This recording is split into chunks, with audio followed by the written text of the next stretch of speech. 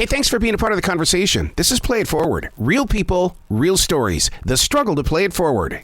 Episode number 616 is with author Ridley Pearson. Good morning. How are you doing today? Good. This is Ridley Pearson calling. Ridley Pearson, I have waited a lifetime to talk with you, sir. You are the great exaggerator of all time, Arrow. I found you. The way that you bring stories together reminds me so much of when the musicians say songs evolve. Well, Ridley, you do the same thing with stories. Stories evolve, and you are such a master at that. You're very kind. Thank you. And I was a musician I still am a musician, but I was a hardcore musician. When it comes to writing, are you listening to music? Because, I mean, my past couple of books music was so important in the background. Yeah. No, I often do sort of a soundtrack behind me. I like classical music or, sort of Hans Zimmer, because my stuff is generally sort of action related. But yes, I don't always, but quite often I have music playing and sort of setting a tone for the scene I'm writing. Wow. The name of the book that we're talking about today is Kingdom Keeper's Inheritance, Villain's Realm. You like to kind of push that envelope a little bit, don't you? Take it to a level where, it's for YA readers, but, adults like this kind of stuff too. It's really fun that adults like it so much. It's surprised me, but we've sold a couple million copies of the various Kingdom Keepers books, and Disney finally did a study on it, and they found that half the books are bought by adults for their own pleasure. Yep. So it's fun. I mean, we're mainly aimed at sort of 10, 11, 12, 13, that middle grade sweet spot. But I think because the books have so much backstage Disney information in them that Disney's allowed me to see and share, that the adults who really love Disney sort of can't resist the peek behind the curtain. What is that like for you to work so close with Disney? Because, I mean, they've always been such a, we're going to protect our image and our storylines. We're going to keep it original. Yeah, and they're still that way. And I still hit speed bumps with them, but they sort of invited me to do this. Through a real bizarre set of circumstances, it actually happened because I wrote a thank you note. But I wrote a thank you note because Disney treated me like a VIP at their parks years ago. And that eventually led to a phone call with Disney Books. And I pointed out to the editor I was speaking to that when you're on some of these theme parks, they just sort of want to make you nauseous. Yeah. But in Disney, each attraction, I could see a beginning, middle, and end to a story. And I told the editor this, and she said, "So, do you want to write for Disney?" I said, "Sure, what do you got?" And they had been looking to write a thriller inside their theme parks for young readers, but without violence, without weapons, in the most magical place on earth. So something that was kind and gentle, but really thrilling. And that's a challenge. So I submitted 5 different outlines to them. Wow. And finally, in one, I turned the kids into hologram guides in the future. And once the kids were holograms and nothing could happen to a hologram, the attorney said, "Great, go with that." And now we're 12 books in. Wow. See, that's one of those things where you relied so much on stream thinking. You trusted your creative process, and then you set it free, and people bit. I did, and I got turned down 4 times before that. I had some good ideas, but they said, "No way, brother, you're not doing that one."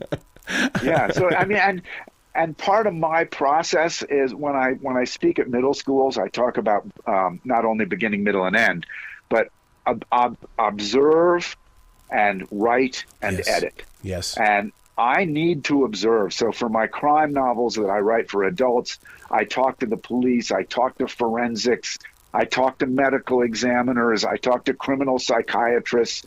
And for this series of books, I said to Disney, the problem here is I need to be inside your parks after hours when no one's there. Oh, man. And they said, as if, we just do not allow that. And I said, well, that's when the kids are going to be there. The kids are going to be there at 3 a.m. as these holograms trying to fight Disney villains.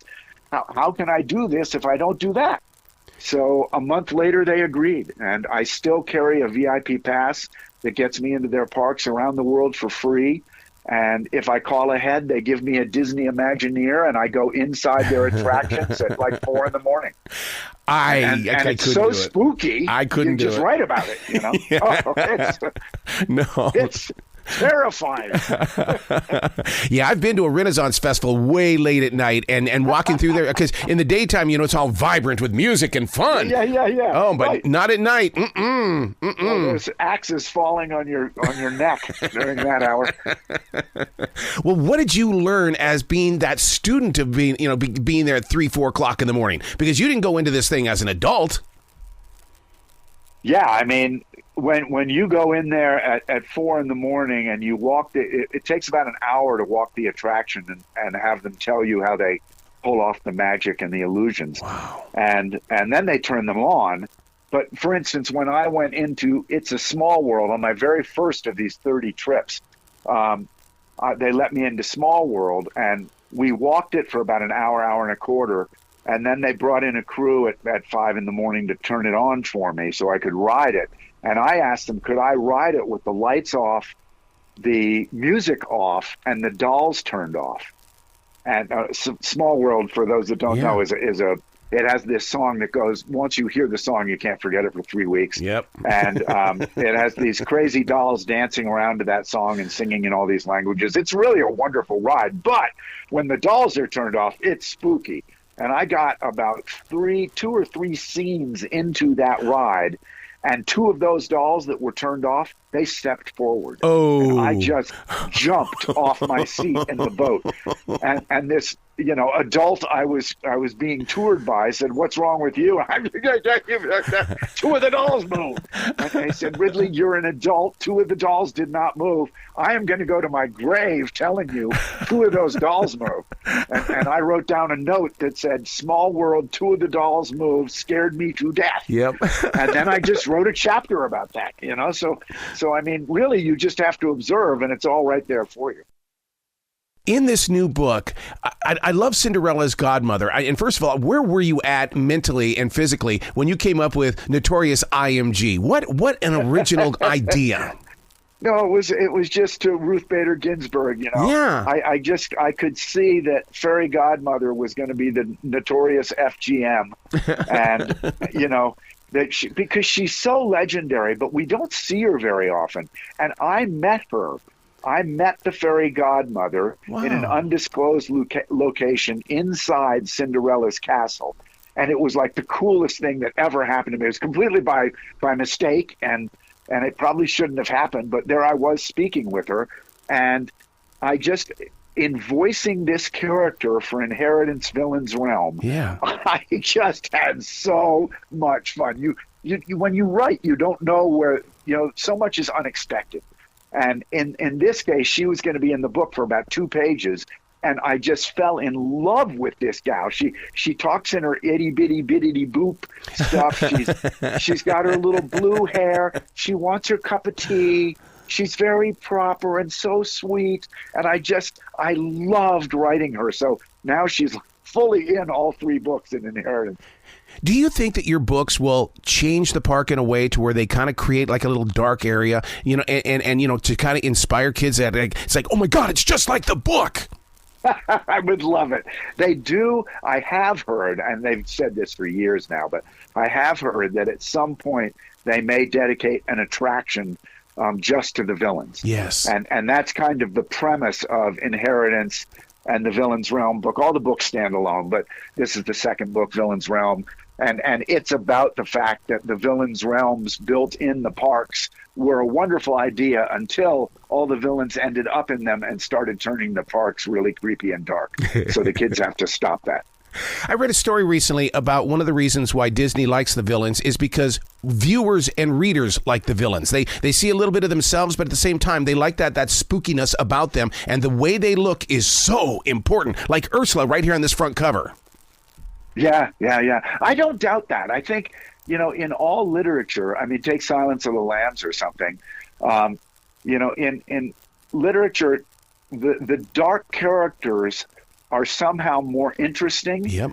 because they're conflicted. You feel somewhat sympathetic sometimes for them, and then you don't like yourself because the person is a murderer. Yep. How can you feel sympathetic for a murderer? But dark characters and antagonists are really tricky to write, and if you get them right, they seem to have more depth and more resonance with the readers than the best of heroes.